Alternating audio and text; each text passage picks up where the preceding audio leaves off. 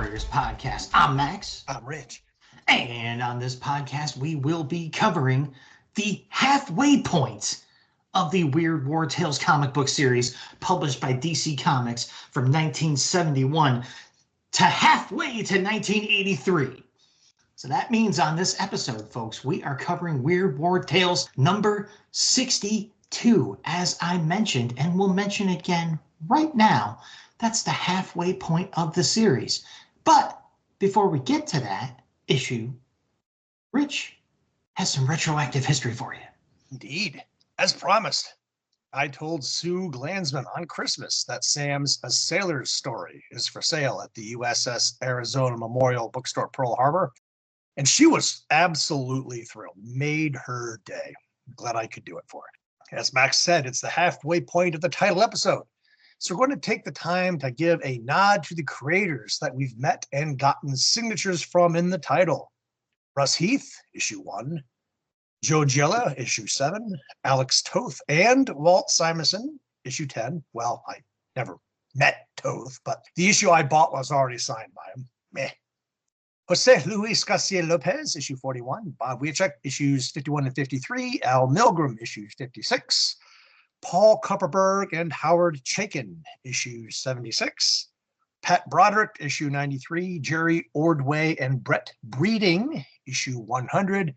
Joe Staton, issue 106. And Klaus Janson, issue 120. For the redeployment issues, Brian Azzarello, issue 1. And Garth Ennis, the year 2000 one-shot. All hail. And just to keep it real, all those WWT creators I got, but in non-WWT books, Neil Adams, Dick Ayers, Joe Kubert, Keith Giffen, Sam Glansman, and David Michelini. One of these days, I will learn how to say your last name properly. And here's where I admit that I found Hands of Steel, that 1986 Italian cyborg arm wrestling movie I mocked in issue 60. I put the trailer on the FB page in December.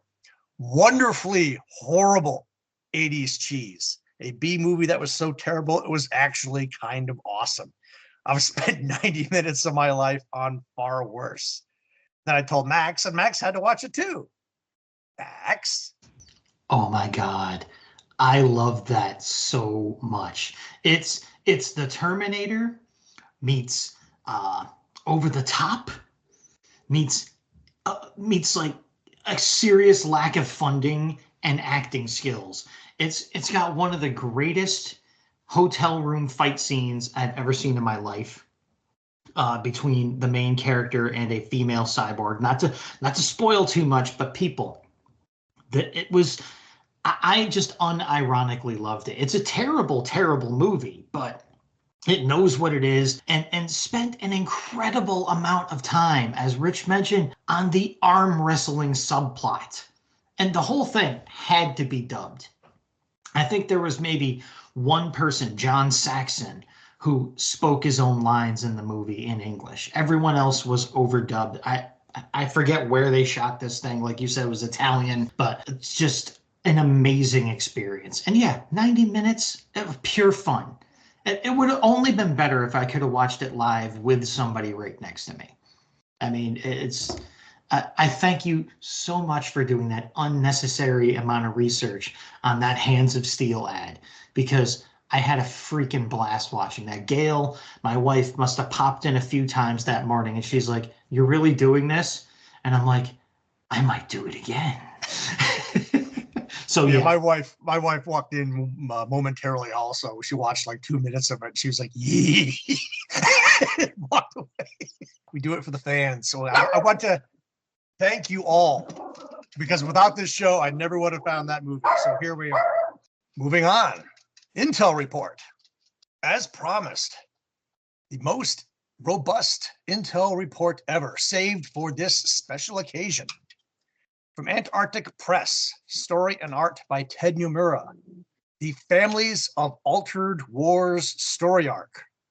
This spans about 131 issues and about 10 different titles and volumes, not counting various one-shots, annuals, some magazine-sized, and tech manuals. If you're a fan of Robotech, Star Blazers, or any of those manga-style cartoons, these books are for you. Beginning in November 1986 as a black and white comic in Tigers of Terra, the action hops back and forth between World War II and a war with Earth's twin planet Terra in the now oh-so-distant future of 2039, and follows the members of a couple of families throughout those periods. The Second World War on this different Earth lasted until December 1946 without the use of atomic bombs. But the chemical war of 2018 killed 65% of the world population, mostly men, and caused a mutation of the Y chromosome. By 2039, women outnumber men 10 to 1 and have taken over most positions of authority.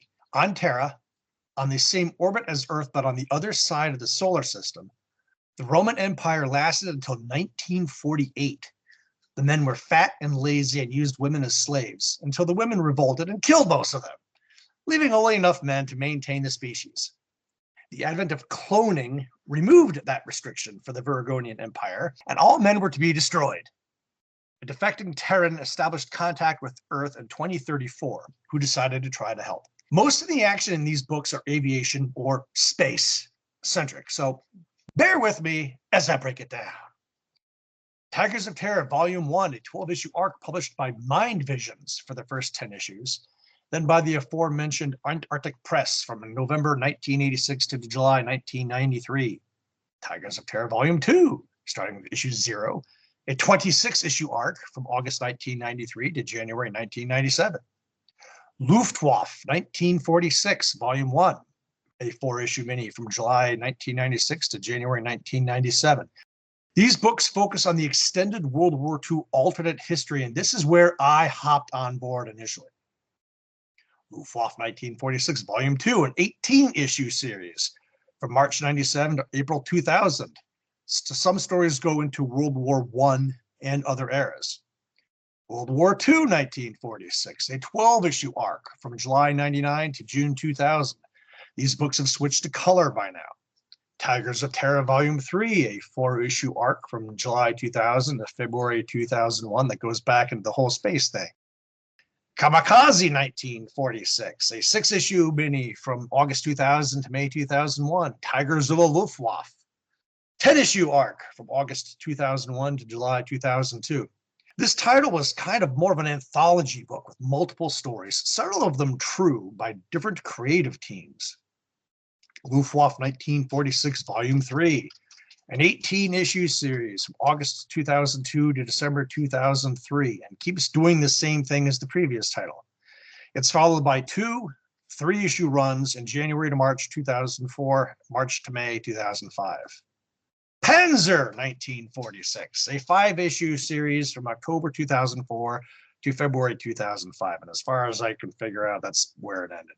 The info on this arc left a lot to be desired on the Grand Comics database, so I have a project going forward. Never having had a chance to meet George Evans before he passed, I would love to meet Nomura. There are features that reminds one of the DC battle albums in these books too. Nomura is an Air Force veteran and he knows his aircraft. I've seen nary a killjoy in any of these books, and he lists Russ Heath as one of his inspirations due to his attention to detail. I submitted a letter to the editor twice and was published both times. Kamikaze 1946 number 6 and Tigers of the Luftwaffe number 3, which was a follow-up letter. I'll spare you the second. But here, dear listeners, in all its glory, is the first. Dear Ted Nomura, like you, my first comics were the classic DC war books. They are still the flagship of my collection, with the 6 full long boxes worth of Sergeant Rock, GI Combat, Unknown Soldier, etc. You, or Ben, once mentioned the Blitzkrieg title, which I have the complete set of, so I assume you are fully aware of Enemy Ace and Star Spangled War stories, and a few specials since then. Again, I have all of his appearances, and some weren't easy or cheap to find. He is a very honorable man, not the crazed German so popular in war books. He is a very likable character who caused a sensation when debuted, and the 2-part special just released when he fights in World War II is excellent, especially when he calls Hitler a pile of excrement. Any fan of the 1946 books will find it a great pickup. Your comics are great. My supplier, Acolonia Comics, Troy, New York, tossed issue 1 of the Luftwaffe miniseries in my box on a whim. I missed issues 2 and 3. Can't find any back issues anywhere. But I haven't missed one since. I, too, used to get annoyed seeing Stukas called out as fuck wolves in every other issue of the old DC books.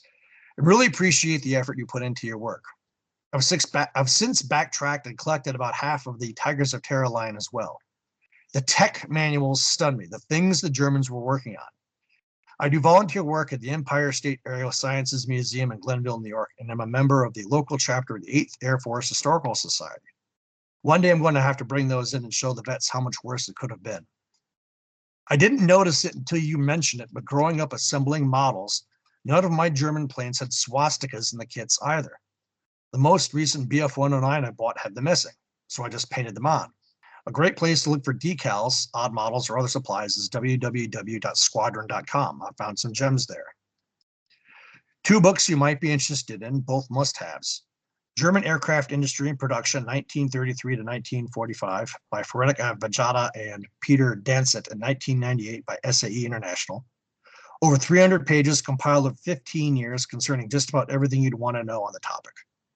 The other is What If? The world's foremost military historians imagine what might have been, edited by Robert Cowley in 1999 by Berkeley Books. If you're into counterfactual history, history that could or should have been, this book demands a place on your coffee table. There are only 3 chapters on World War II, 2 in Europe, but I highly recommend it for any history buff. 2 ideas for the future. Reading the letters page of Luftwaffe number 8 recently, I saw the reference to the aborted air attack on the Panama Canal by I-400 subs. I built a model of one in my youth and remember reading the paragraphs on its history and the instructions. I don't remember when exactly it occurred, 43 or 44, but it launched an air attack with its float plane on the American mainland. Historical sidebar, 1942. It dropped incendiaries on the Oregon woods in the hopes of sparking destructive forest fires and panicking the populace. The fires didn't catch, but it was the only case in the course of the war when an enemy plane attacked the Continental 48. The other idea you may already know about are the incendiary balloons Japan released into the jet stream, 45. Same idea as before, start fires and panic the citizens. A lot of them didn't make it across the ocean. More were shot down by our fighters, but some did get to the US. The government clamped a restriction on the topic, not allowing word to be broadcast. The Japanese, not hearing anything over the radio, thought none of them were making it overseas and eventually stopped the project. An interesting effort that caused minimal damage, but a family found one of the crashed balloons during a picnic and, not knowing what it was, triggered it. The blast killed a woman and 3 kids, the only civilian casualties to enemy action in the 48 during the war. Maybe you could work at least the balloons in somewhere. Again, thanks for your fantastic comics. As they used to say in the war, keep them flying. Rich Fulham, Scotia, New York. And Ted's reply was, well, thanks, Rich. I always like to hear from readers who remember the golden age of war comics, of which I still think the best decade was the 1960s. I realize that for some readers, my back issues are often extremely difficult to obtain. Fortunately, Antarctic Press still stocks most of them, so just ask them at their San Antonio address. In most cases, the mail service is a lot faster than I could be, but I do handle some of these sold out issues myself when I have time. Lately, time is something I've been lacking. Yep, I used to hate models that came without the swastika. It forced me to buy separate decal sheets. Thanks to this stupid censorship, though, I was greatly influenced to create the Luftwaffe 1946 series. So, there you go. Ta-da! So yes, I am a published comic book letter writer. We don't just cover the APO Weird War Tales letter pages section, people. We actually appear in some letter columns, and I'm in one. I'm in an issue of the Perhapanauts. I wrote about an issue with the Loch Ness Monster and Todd DeZago and Craig Russo's Perhapanauts. It's the only time I have bothered to write into a comic book, folks. And I won't bother you with it now. But I will say I remember Rich picking up the various incarnations of this series over the years, and have flipped my way through a tech manual or 2, and I forgot all about it until right now. And I remember thinking it looked really cool. I never sat down and read more than an issue at a time or flipped through more than one tech manual at a time. But Might be something I want to borrow off you, like in small batches. Anytime, man. Anytime. So moving on to what we're truly here for. Cover detail. Art by Joe Kubert, 35 cents. Weird War Tales is red on white. A blonde Nazi recoils in horror against a large wall-mounted mirror.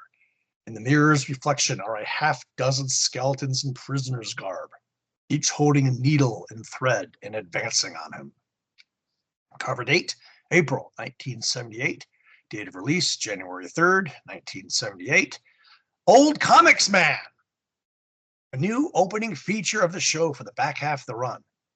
How much can you get said book for on eBay? This one runs quite the gamut, ranging from $5 to $240. There you go. No Killjoy. Comments and combinations. Max, take it away.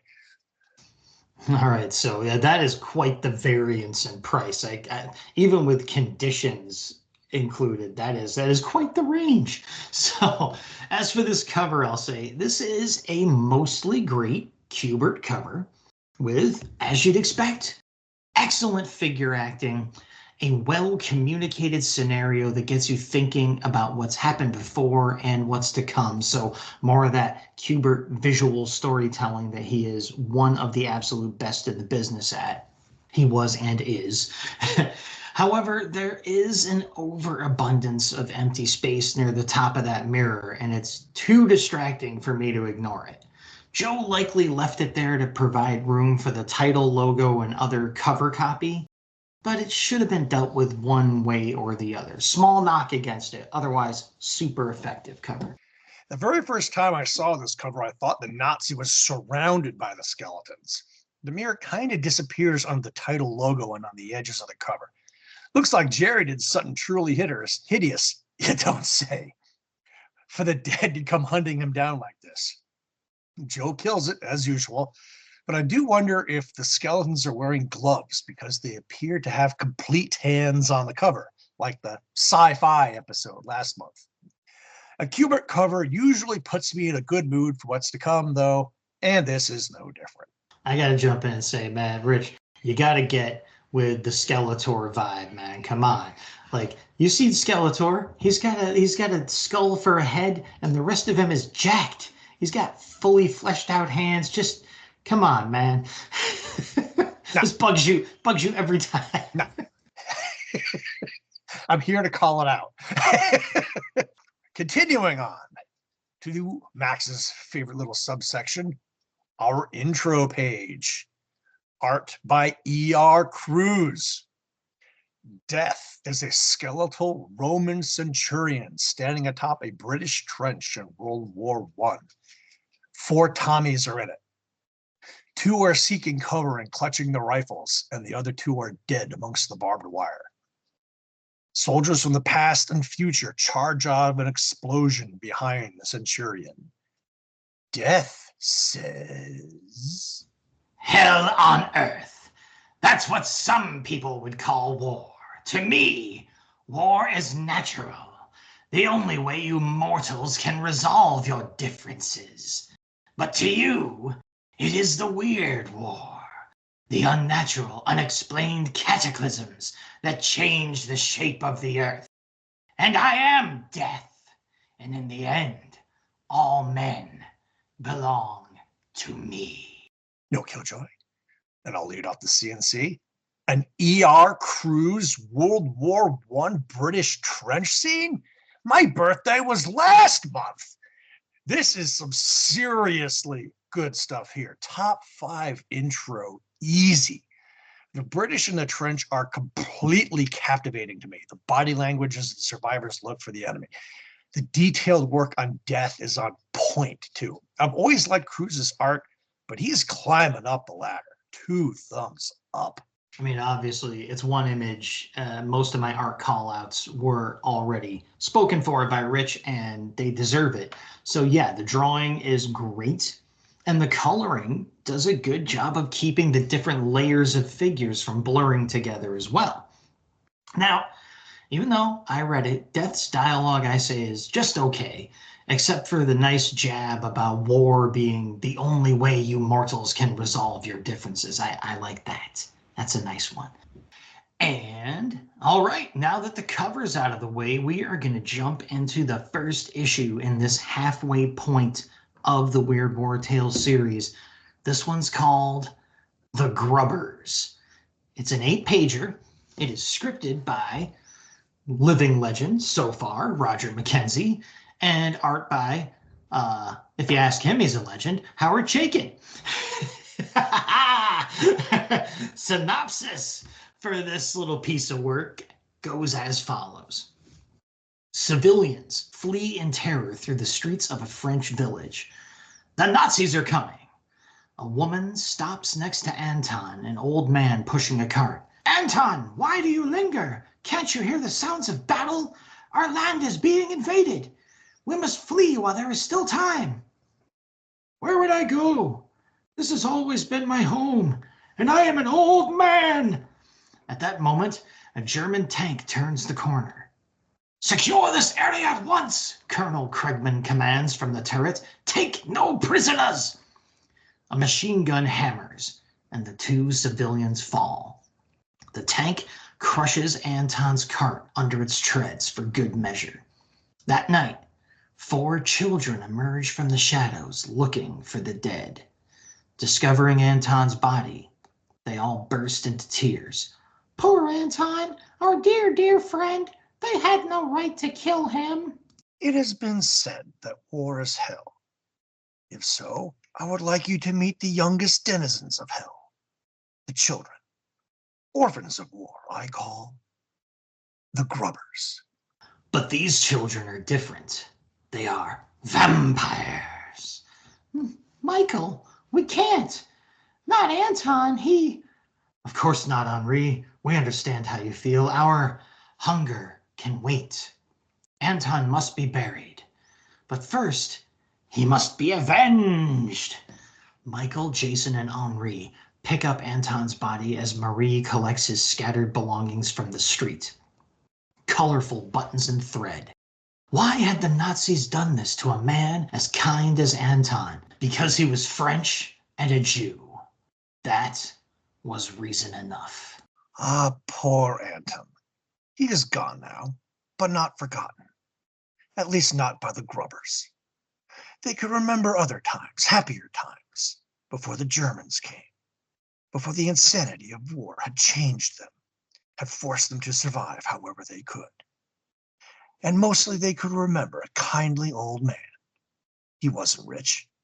In fact, he was hopelessly poor. But he had everything he wanted. He had his children, his little friends.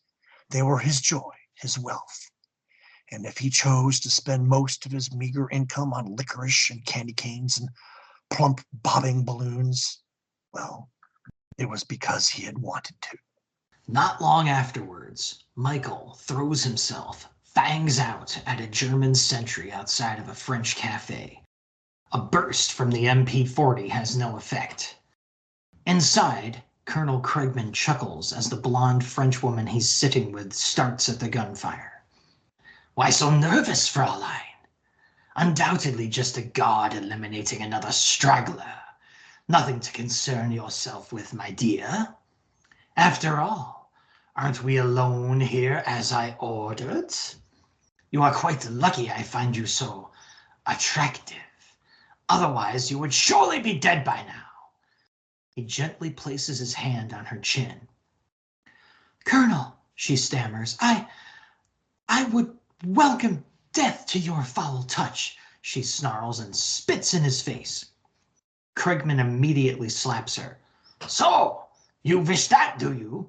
I could easily arrange it.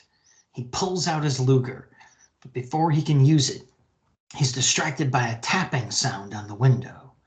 Turning, Krugman is horrified to see Anton standing outside. Gott in Himmel! But you are dead, old man. I saw you die. No matter. I'll make sure of it this time. He fires at the apparition in the window, but Anton disappears. 3 guards rush into the room.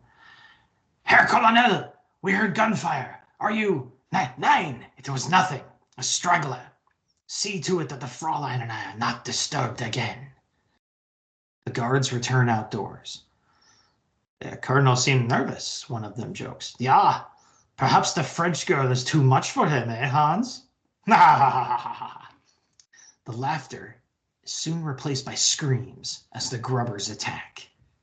The colonel hears their cries and wonders what is happening. Then the door opens and Anton enters. The guards lie dead on the ground behind him. Release the girl, Colonel, he says in a disembodied voice. I've come for you. You've come for this, old fool. Your death at last. The colonel opens fire. But after 2 rounds, the pistol is empty. Why don't you fall? The girl rushes to Anton. Thank you, my friend, but how? She doesn't see Michael standing behind Anton, propping the body up. Go, please, he whispers. Run as far and as fast as you can, and don't look back, ever. The girl obeys. I can picture her still running, not looking back to this day. He said, ever. And Anton comes toward Kregman. Your men are dead, Colonel. It's just you and I now. The Nazi screams, but Anton collapses at his feet. He's dead. I've won. It's over. But it's then that he sees the 4 children in the doorway. Their fangs are exposed, and each holds a needle and thread. Over? Oh no, Colonel. In fact, it's only just begun. Kregman screams. It is a solemn procession that leaves the inn minutes later and lays their friend to his final rest. A peace that will be forever denied Colonel Kregman in just 3 short nights, when he too becomes a grubber and awakens to find his eyes replaced with 2 shining buttons and his mouth sewn eternally shut with threads of all colors. No killjoy. I'll lead off the CNC. That was convenient, wasn't it? I get a bit confused here. The narrator calls the children the grubbers early on, but at the end says Kregman will become one too in 3 days. But if he's going to be a vampire, how will he survive if his mouth is eternally sewn shut? So what exactly is a grubber? Depends where you look. The Cambridge Dictionary says it's a gardening tool. The Urban Dictionary says it's a small, grubby boy that resembles a pig both physically and in mannerisms, aka a swine fart. I love that. It's a term used in both rugby and cricket. Merriam-Webster says synonyms are worker, slave, and peon. But I stole all this material from my English major co-host. So back to the story. Page 1, panel 6. Did the tank run over that woman that stopped to talk to Anton? It certainly looks like it. There's no second body when the kids show up, looking to feast on the dead like freaking vultures. Can they do that? Doesn't the blood have to be warm and the donor alive? More questions for my co-host. Letterer Milton Chapin needs to up his game. Gunfire noises are too small, page 4, panel 2, for example. But his Hawk Tua moment on the panel 6 is unintentionally humorous. Page 5, panel 1 has our traditional violence towards women call out. And I like panels 3 and 4 on the same page of Anton in the window and Kregman firing at him. The colorist, Bob LaRose, nailing the muzzle flash on the colonel's face. Page 6, panel 5 of Kregman trying to figure out what's going on. And the last panel of page 8, our dead narrator in GI garb leaning on a Star of David grave marker, wrapping up the tale. Chaykin did a better than average job here, and Vampire Kids is a take one doesn't see very often. Kids. I wonder how old they really are. Fangs of the kids look stupid, but I guess necessary so you know right away what they are. I kind of like this one initially, but upon further review, I decided I did not. And turning it over to your other esteemed swine fart on the show. I'm introducing us that way from now on. Like, the Weird Warriors podcast brought to you by your esteemed swine farts, Max and Rich. So Now for my C&C for something not completely different. Short version, I hated this story. Long version, okay, you asked for it or not, here it comes anyway. The cold open does give us a pretty nicely drawn page to look at, even if it is just a bit overly crowded with text. But the action in panels 5 and 6 is so unclear that it kind of wastes the goodwill right at the end. The inking is also way too heavy-handed, giving everything a muddy and clumsy vibe overall. Get used to that. Page 2 is littered with big empty panels and a very lazy looking logo. Even the host looks bored to be there. Okay, and here we go with the kids. They have vampire fangs? There's no mention of that. They just have them. On page 3, panels 1 and 2 have these empty green skies just kind of sitting there.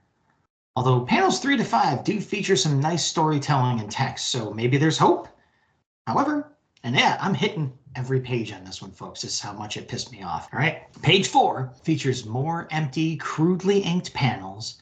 And in panel 2, it's not even clear just who is attacking the Nazi. Panel 3 brings us the first appearance of the dreaded wood texture.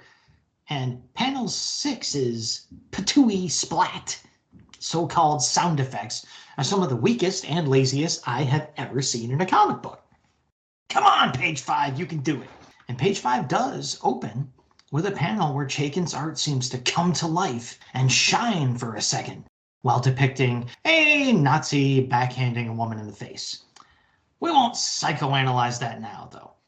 Panels 2, 3, and 5 on that page give us some nice heaping eyefuls of that awful, lazy, ugly-ass wood texturing I was talking about. And back in panel 4, we have more sound effects that just barely even manage to exist. Rich alluded to stuff like that earlier.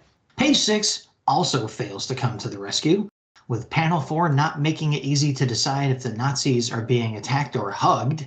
And right before that, we are expected to call that crap in panel 3 a background. Okay, but hold on. Panels 1 to 3 on page 7 are perhaps the ugliest artifacts in the story so far. So surely the final page is going to be the one that saves the day, right? No! Panel 1 of the final page is empty and garish, and without the cover illustration for reference, it would be anyone's guess as to what the children are even holding in their hands. I suppose the expository text helps a bit with that, but that brings us to the writing at the finale of this farce. The kids, who are never once described as vampires, turn the Nazi, who will arise in 3 nights, but with his mouth sewn shut? What? Letting him die and go to hell wouldn't be more fitting? This story sucked. The writing is disjointed and shallow. The art is some of the laziest, dashed out crap I have seen in these pages since the Don Quixote story. All right? This is certainly not the Howard Chaykin from the sci-fi story we just covered in a previous issue, which I loved almost every panel of. As for the significance of having Nazis' mouths sewn shut and his eyes replaced with buttons and all that, well, the internet is freaking broken these days. I don't know how else to tell you. I was able to find precious little about actual mythological or religious information about this sort of thing. Mostly because everyone wants you to read about Neil Gaiman for some reason, but I'll get to that. I will say in some traditions, the eyes are thought to keep the soul within the body. So coins, or buttons in this case, keep the eyes closed until the soul is ready to leave. So maybe they ensure the Nazi will never be released from his punishment. Again, I'm doing a lot of the work here for the story. Coins had also been placed on the eyes of the dead to bring into the afterlife upon burial, to pay the underworld for safekeeping. This is, of course, most common and has its roots largely in Greek and ancient Roman beliefs, but it did spread to early Christianity and Judaism from there. Buttons aren't legal tender, though, not even in the underworld, so that's likely not applicable here. The only other info I could find about this kind of thing was, as I mentioned earlier, an endless series of articles about the movie Coraline, based on a Neil Gaiman story. And since A, this is a prime example of how the internet is fully geared now to just steer you to commercialized search results these days, and B, I am really not interested in reading about Neil Gaiman, the, hate to tell you, but recently alleged despicable sexual predator these days. So I didn't read any of that crap related to the Coraline movie, and it's likely people who are interested in that movie already know all about the buttons and some shut mouth imagery contained therein. So in short, the internet is useless now, and this story was awful. Next. Next. Well, that would be the APO Weird War Tales. My missive is from Frank Nigelson. No address given. Denver, Colorado. It's the shortest letter in here, so yay me. Dear Paul, let me see. There's a cover on Weird War Tales 58 with Adolf Hitler seemingly coming to life again while surrounded by a group of aliens. Okay, I've read through the issue. There's Hitler coming to life again in Death of a Dictator by Jack Olek, Ernie Chan, and Bill Drought, but not an alien in sight. Oh, sure, we were shown how history is destined to repeat itself, but where are the aliens? And the response is, cover scenes are meant to represent, not totally reflect, what is inside the comic. Oh, now you tell. With the particular cover you mentioned, we felt it added additional interest to the figure of the awakening Hitler, to have it surrounded by alien-looking creatures, which were Joe Kubert's rendition of People of the Future, where the story is set. Hey, well, okay, if you say so. Max. You gotta love the cop-outs, man. Like, yeah, we're gonna see that. I've peeked ahead a bit, people. I've done a little actual advanced work this time around when we're recording. And a similar situation is going to arise in our very next issue's cover. So it's nice that he's getting that idea out there so people accept it. Now, my letter that I picked out also has something accidentally to do with what's coming up in the next issue. This one kicks off the letters column, and it does so like this. Dear Paul, Joe Kubert's cover for Weird War Tales number 58 was, without exception, one of the most striking I have ever seen. Although, if you must know, I didn't see how it fit with either story in that issue. I guess it's the aliens who aren't in either story. That threw me. Ha-ha! The first story, Death Has 100 Eyes, received a sort of half and half reception from me. That is, I liked the art half, but wasn't too thrilled with the script half. Ruben Yandok, Ruben's art was gorgeous. Type of storytelling and art I wish there was more of in WWT. His fine lines and attention to minute details led me along, even when I felt like giving up because of the script. Let's see more of the likes of Rubini in the future. The cover story, Death of a Dictator, was another disappointing script. But that's easily explained since it was another Jack Olek story. Come on, people. You've got all these wonderful imaginative writers on your staff and you keep shoving old Olek and Kashdan stories in front of us. Why? Finally, hidden away at the rear of the book was Encounter by Wyatt Guyon and Fred Carrillo. Though the story was kind of old hat, and I knew where it was going by panel 2, I still enjoyed it because of the way it was done. The shadow effects were nice, and the colorist pretty much left the story alone. All in all, it was a nice effect. Anyway, Paul, congratulations on picking up the editorship on Weird War Tales. And I hope that along with the book's new editor will come a whole new look for Weird War Tales. This came from Michael Carter, 1818 Bedford Ave, Brooklyn, New York, 11230. Now, the editorial response is Paul's editorial hand has already been felt for several issues as you read this, and we think there has indeed been a change. Several names that are new to readers of Weird War Tales have been and will continue popping up here in the future. So, a little bit about the editorial shift and influx of new talent and drying up of inventory stories, which you'll hear me talk about next time. So that's the APO Weird War Tales section for this issue, and now we're gonna let Rich take us into the second full-length story in this issue. You Only Die Twice. 8 pages. Script by George Kashdan. Art by Frank Redondo. Synopsis. 1876. A U.S. Army Scout Patrol returning to base camp is ambushed by Native Americans. Sergeant Horace Parsons is in command of the patrol, and as his men fall around him, Parsons calls for his friend, Charlie Webfoot, a native scout, to follow him to safety. But safety isn't to be had, and Charlie also falls. At dawn, Parsons stands alone amongst the lifeless bodies, looking down on Charlie. "We never figured it could happen to us, old buddy, 'cause the Great Mystery was looking over us. I reckon your Great Mystery just turned his ass for a spell." He fishes a talisman out of his pocket. "This gift you gave me to seal our brotherhood. You warned me to use it wisely, and I'm going to. Not that I ever bought into all your Injun hocus pocus, but ain't no harm in hoping." Horace brings the talisman sharply down on a rock, and sparks fly. There's a burst of rushing wind, and Parsons finds himself and Charlie back at the instant the ambush began. "It worked," he exclaims. "You're alive again, Charlie."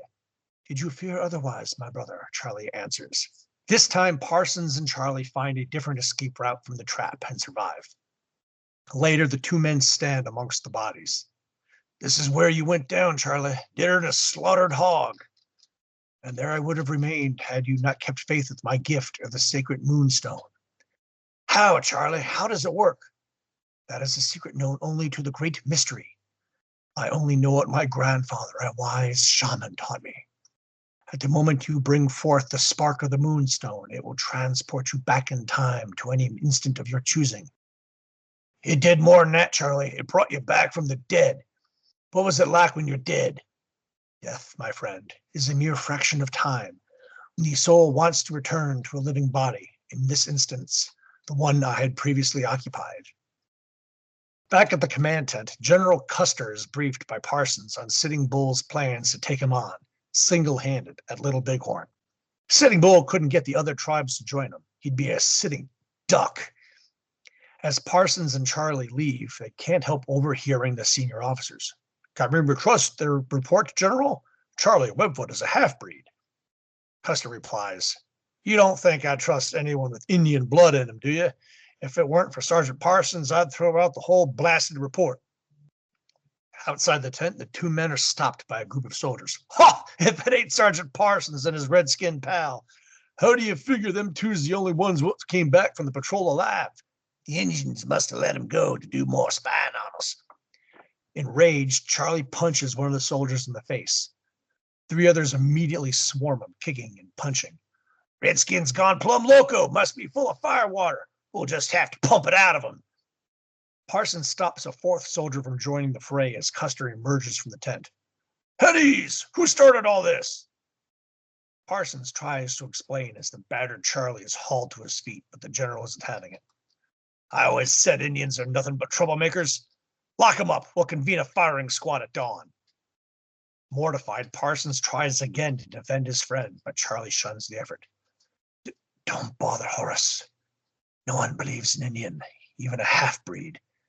I should have known better than to cast my lot with the pale-faces."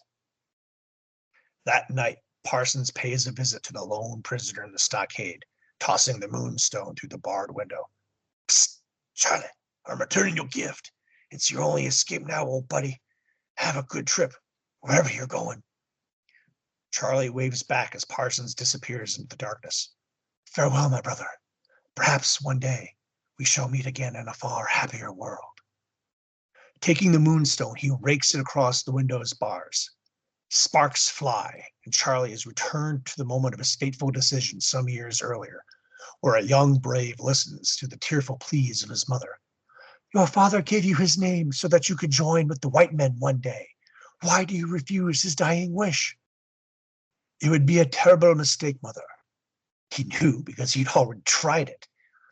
In the weeks and months that follow, Webbed Foot becomes the most trusted aide of Sitting Bull, warning the great chief of the reckless general the White Father in Washington had sent to wipe them out.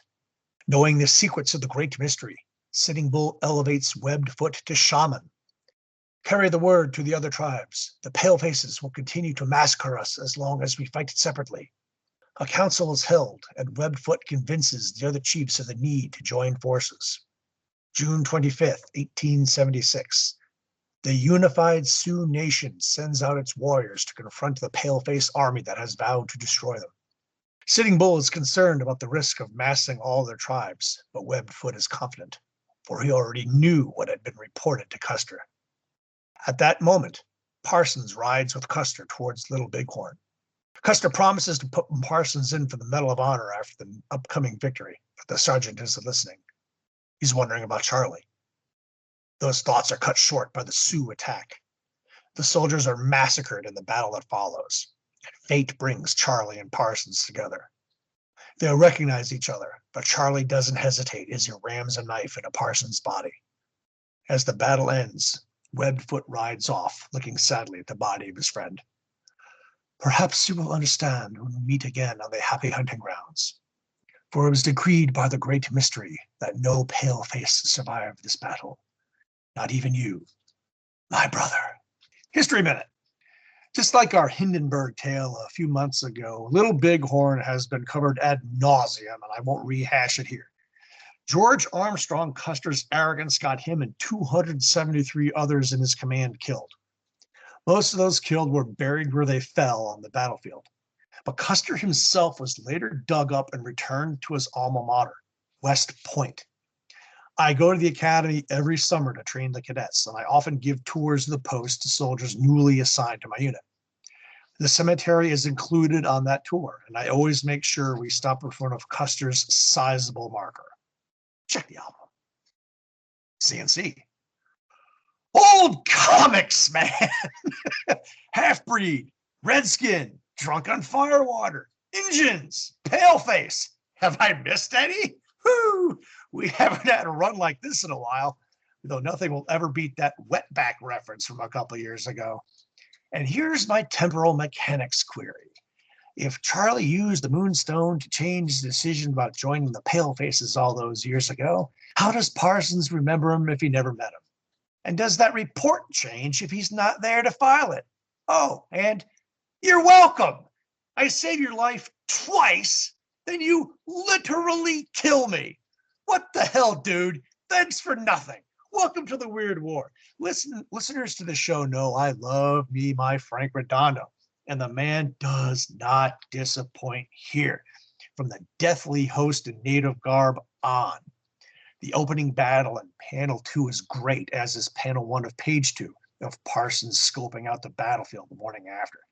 The detail work on the council scene, page 6, panel 5, is likewise a solid effort. Redondo must have hit the DC library for that one.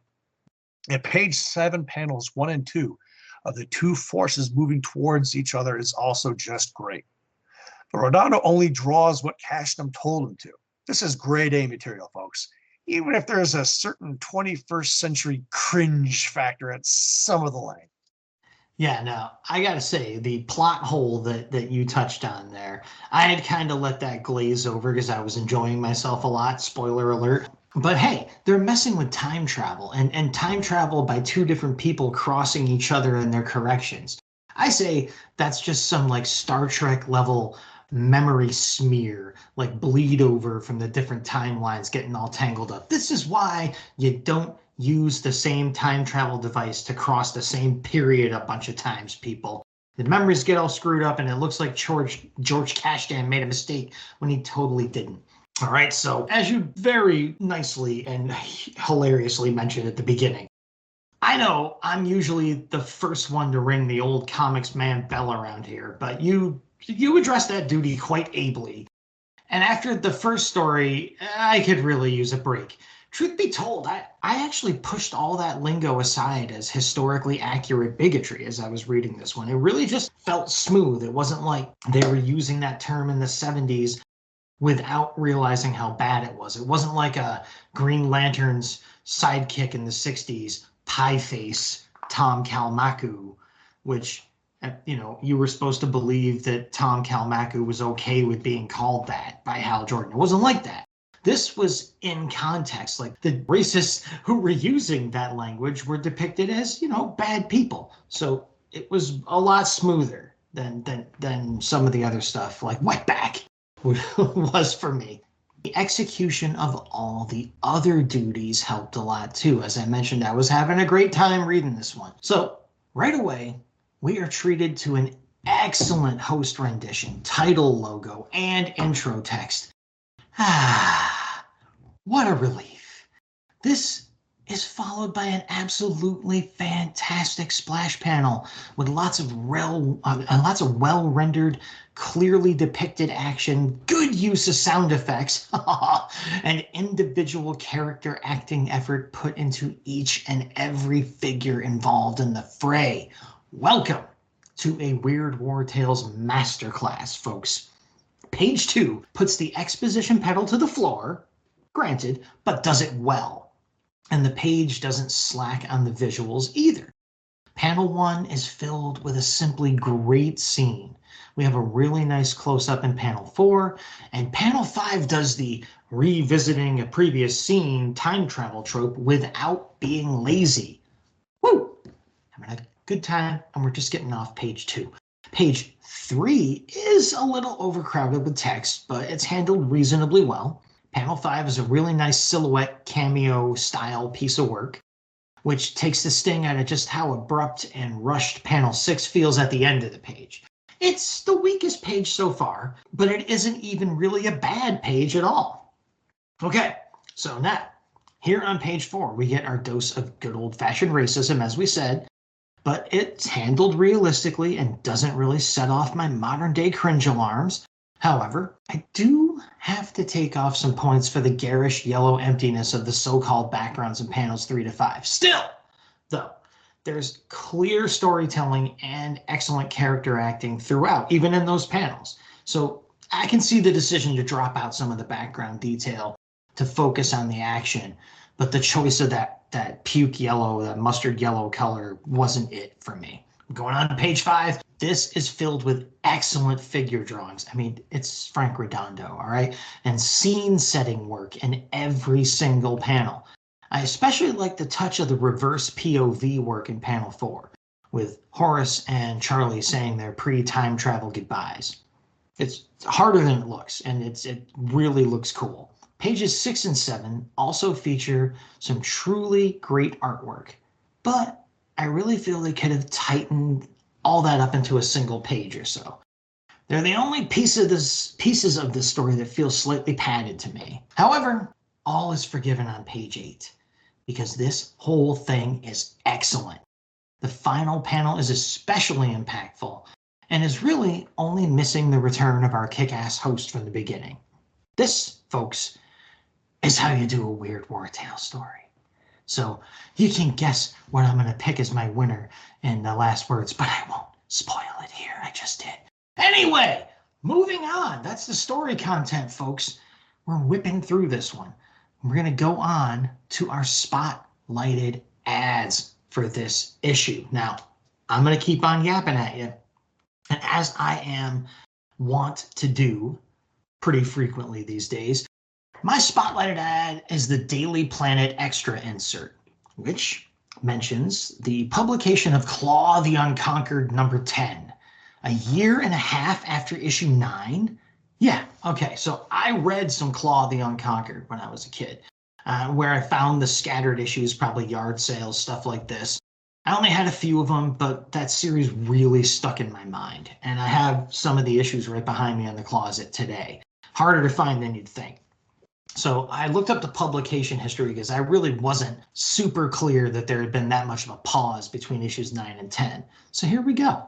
Claw the Unconquered was published bi-monthly up until number 9, October 1976, restarting again at number 10, May 1978. The entire series was written by Dave Michelinie. We're going to say that differently until we get it right, though the never published number 14 was credited to Tom DeFalco. And Chan remained on the title up to number 7, with Keith Giffen, all hail, taking over penciling duties with number 8. With the addition of Giffen, the series began to incorporate some sci-fi elements, moving away from its pure sword and sorcery beginnings, because Giffen just going to draw what he wants, all right? The relaunch of the series, however, only lasted 3 issues, as it was suddenly canceled with number 12 September 1978, as part of the infamous DC implosion. This, to sum it up briefly, is when DC's comics line was drastically cut. The cancellation was so sudden that 2 further issues of the series had been fully written and drawn when they got the news. These stories were published in the equally infamous to DC Comics nerds canceled Comic Cavalcade #1 in 1978, although only 35 copies of that comic were officially published. That thing was published for certain rights securing reasons and stuff like that. I have a whole book on it that I have yet to start from Tomorrow's Publishing about the DC implosion to get all the fine details, but I am still making my way through my Charlton history book because that thing is dense, all right? So more on Claw the Unconquered. Welcome to the Claw the Unconquered podcast. This character was revived in 1981 for a 2-part backup feature in Warlord 48 and 49, August, September 1981. The Lost World of the Warlord, yeah. Written by Jack C. Harris with art from Tom Yeats. This series tried to wrap up the story of Claw. Now, okay, Claw the Unconquered segment of this podcast is over, I promise. And the other stuff that got my notice in the Daily Planet Extra that is also very relevant to this show. It talks about it advertises the publication of House of Secrets #5, featuring some Weird War Tales stalwarts, Bob Conager, Ruben Yandok, and Roger McKenzie. So right there, you've got some of our talent doing some horror stories in one of the other mystery titles. And I gotta say, there was a guy called the Answer Man. Bob Rozakis. Yeah, Bob Rozakis was the Answer Man. But you could write in to DC and ask the Answer Man stuff and try to stump him, or, basically like Marvel had their no prizes. You could send tough questions to the Answer Man. And in this Daily Planet insert, someone's like, hey, I thought that Wildcat lived on Earth 2, but he appears in this comic that's clearly set on Earth 1 and blah, blah, blah. And Rozakis just doesn't miss a step. And he's like, yeah, there's a Earth 1 Wildcat, but he's not that active. Next. So it's canon as far as I'm concerned. There's this Ted Grant on Earth 1 who only put the costume on a couple of times and otherwise is just sort of walking around going, that was fun. I love that, just like casual, off the cuff answer from the Answer Man. Oh, and okay, people, for me, this Daily Planet thing was chock full of good stuff. So you got the publication of New Gods #17. So Jack Kirby, the New Gods, the Fourth World. I'm going to have to stop and take a look and mention it.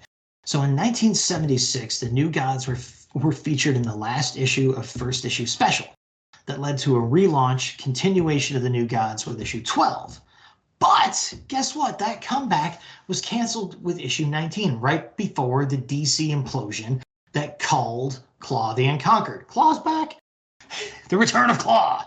The final chapters of the series were published as backup features in Adventure Comics 459 to 460 in 1978.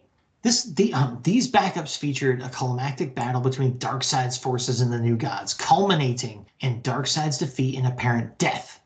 Conway later said he felt the finale he provided for the New Gods was inadequate, though he greatly enjoyed working with Don Newton on the series.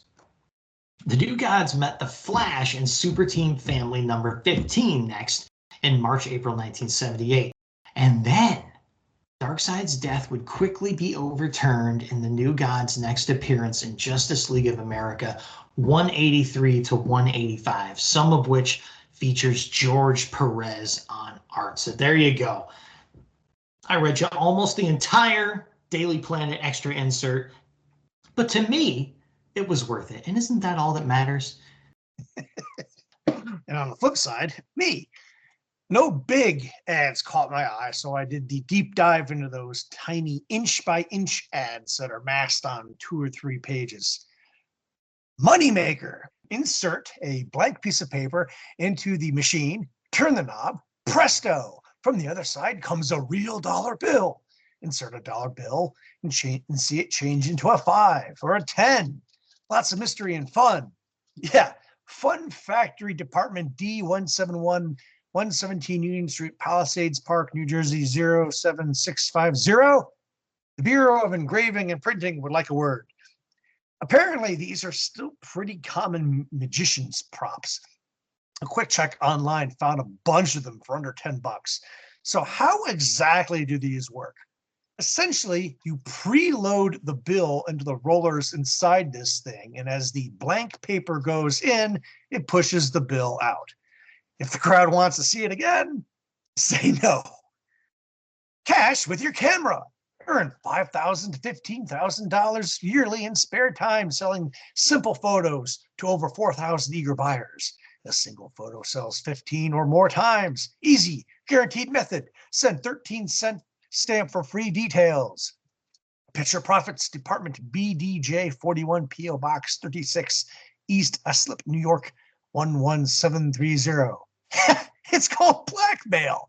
Get hired out by some suspicious type to follow their significant other and see if they've been messing around.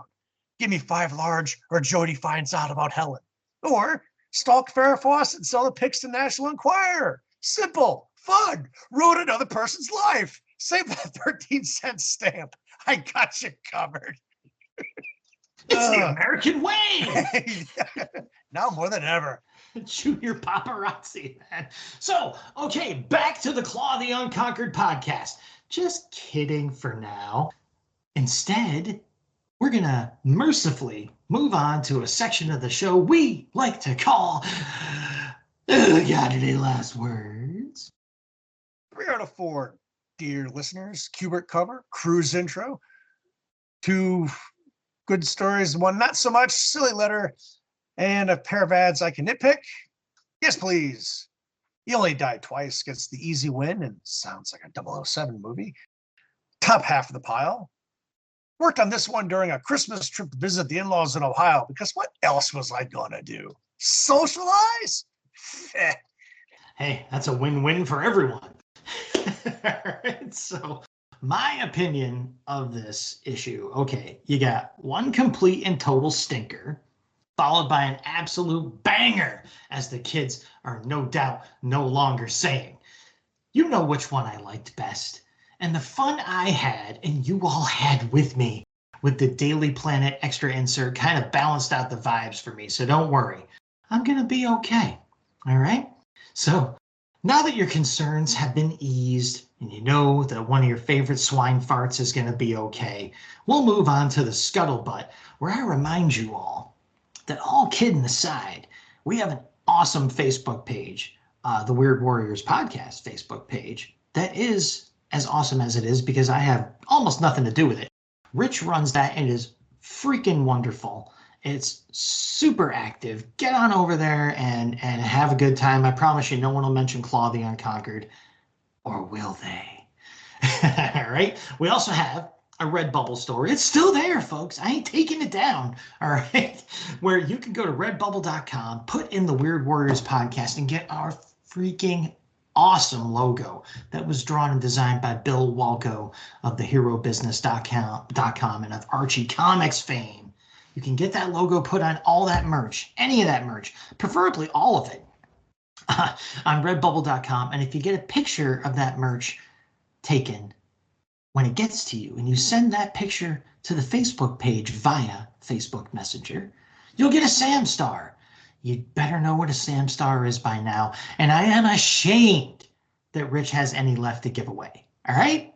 So anyway, I will turn this over, this section, this scuttlebutt section of the show over to right now the nicer swine fart that mans the show, Mr. Rich. Continuing our celebration is our annual gift to you. Time once again for the fan-voted Intel Report episode. Honestly, it's getting a bit confusing with so many books to vote on. So we're going to tighten the focus to those books from episodes released in the last year, from WWT 50 to 62, February 2024 to February 2025. If the fans decide to rally their forces and vote for an episode outside that arc, fine. Your wishes shall be honored. This is honestly to make it easier for all of us. The official eligible list. Ragman number 3, Harriet Tubman Demon Slayer, Where Monsters Dwell, Graveyard of Empires, Swamp Thing 82 and 83 with Sergeant Rock and Enemy Ace, X-Men Magneto Testament, Sons of Liberty, Hound, Anarchy 7 with the Haunted Tank. Max hated that one, by the way, so hint, hint, hint, hint. Sledgehammer 44, Journey into Mystery, Great Zombies of History, and Project Rice. Details for each on the Intel Report album on the FB page. Vote early, vote often. So, okay, folks, that's it. That's the end. But, Rich gave you a gift in the scuttlebutt. Yet another free thing he's giving to all of you. And he's got even more to give you right now. It's a teaser for the next episode. Weird War Tales 63. The aforementioned back half of the run begins. Living history. In the beginning. Original art. What the hell could it possibly mean? Tune in next time and find out. I already know because I actually worked ahead this time, as I mentioned. I've actually taken my notes for the next script. And, that's it, folks.